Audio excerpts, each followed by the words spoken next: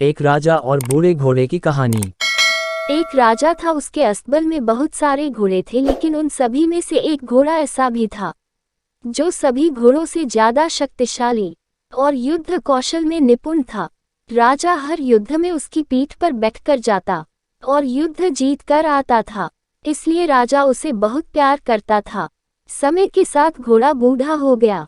राजा को लगा कि अब शायद उसका घोड़ा पहले की तरह ही युद्ध में सहयोग नहीं कर पाएगा, इसलिए उसने घोड़े को युद्ध में ले जाना बंद कर दिया। अब घोड़ा सारा दिन अस्तबल में बैठा रहता था या घास चरने मैदान में चला जाता था। एक दिन घोड़ा कहीं दूर निकल गया और रास्ते में आते समय एक नदी मिली। नदी में कीचड़ था। घोड़े को लगा कि वह आसानी से नदी पार कर लेगा, किंतु जैसे ही उसने नदी पार करने का प्रयास किया, वह कीचड़ में फंस गया। घोड़ा जितना कीचड़ से बाहर आने का प्रयास करता, वह उतना ही उसमें फंसता जा रहा था। अपने आप को मुसीबत में घिरा देख घोड़ा जोर जोर से हिनहिनाने लगा। घोड़े की हिनहिनाने की आवाज सुनकर रास्ते से जा रहे राहगीर इकट्ठे हो गए। उन सभी ने मिलकर घोड़े को कीचड़ से निकालने का प्रयास किया, किंतु वे असफल रहे।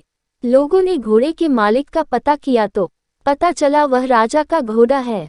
ये बात राजा तक पहुंचाई गई कि उनका प्यारा घोड़ा गहरे कीचड़ में फंस गया है और कीचड़ से नहीं निकल पा रहा है।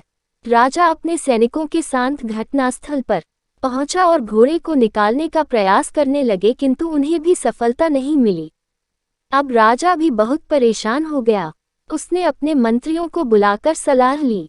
तभी एक बुजुर्ग मंत्री ने सलाह दी कि घोड़े के पास युद्ध के नगाड़े बजवा दिए जाएं और आसपास युद्ध का माहौल तैयार किया जाए। राजा को बूढ़े मंत्री की सलाह अच्छी लगी और उसने वैसा ही किया।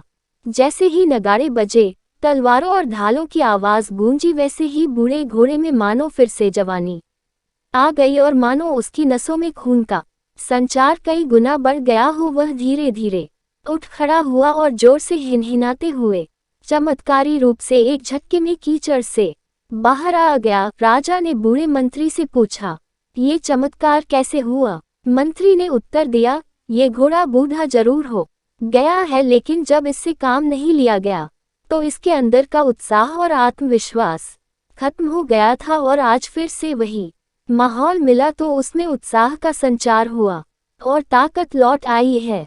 राजा को भी सारी बात समझ में आ गई और उसने अपने वीर घोड़े को फिर से काम पर रख लिया।